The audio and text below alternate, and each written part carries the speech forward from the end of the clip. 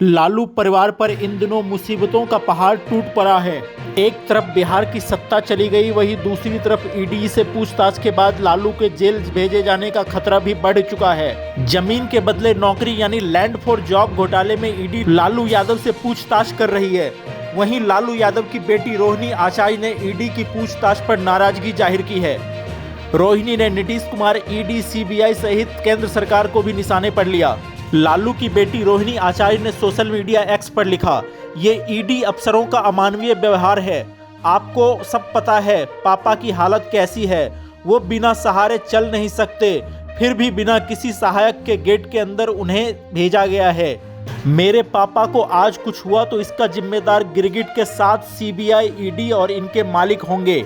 अगली पोस्ट में रोहिणी ने लिखा, अगर मेरे पापा को खरोच आया तो मेरे से बुरा कोई नहीं होगा। सबको मालूम है पापा की हालत क्या है, बिना मदद के चल भी नहीं सकते, फिर भी कितने गिरोगे गिदरों, ये गुदरी का लाल लालू है। लालू यादव जब ईडी कार्यालय पहुंचे तब उनके साथ उनकी बड़ी बेटी मीसा भारती भी मौजूद रही। पटना स्थित ईडी कार्यालय के बाहर इस दौरान भारी संख्या में राजद के कार्यकर्ता पहुंच गए और उन्होंने हंगामा किया, नारेबाजी की। राजद कार्यकर्ताओं ने केंद्र सरकार के खिलाफ नारेबाजी की। मीडिया से बात करते हुए मीसा भारती ने कहा, मुझे कोई आपत्ति नहीं है, सब कुछ आपके सामने है, आप सब देख रहे हैं, देश देख रहा है। मीसा भारती ने कहा, यह कोई नई बात नहीं है, ईडी लालू परिवार को सता रही है।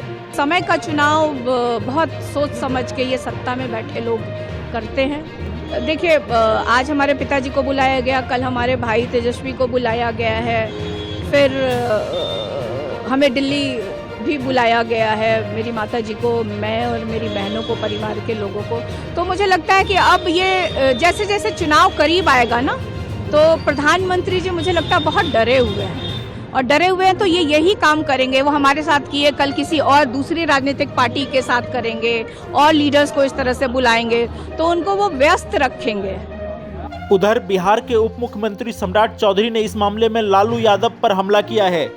सम्राट चौधरी ने कहा कि जब लालू खुद मुख्यमंत्री थे और केंद्र में उनकी पार्टी की सत्ता थी, उन्हीं के सहयोग से सरकार चल रही थी, तभी सीबीआई जांच के बाद उन्हें जेल में डाला गया। लालू जब बिहार के मुख्यमंत्री थे तब चारा खा गए, और जब रेल मंत्री बने तो नौकरी देने के बदले गरीबों की जमीन हड़प ली। पूरा देश जानता है कि ये भ्रष्टाचारी लोग हैं और भ्रष्टाचार इन सब के लिए गहना है। क्योंकि लालू प्रसाद जी के राज्य में आतंक का राज स्थापित हो रहा था। बिहार को क्योंकि 2020 में हम लोगों ने ही लालू प्रसाद जी को हराने का काम किया था, और बीच के कालखंड में जो स्थिति उत्पन्न हुई, नीतीश जी का हम लोग स्वागत भी करते हैं कि वो एनडीए में वापस आए और बिहार के विकास के लिए डबल इंजन की सरकार यहां चलेगी। जमीन के बदले नौकरी यानी लैंड फॉर जॉब घोटाला तब हुआ था जब लालू यादव केंद्र में रेल मंत्री थे।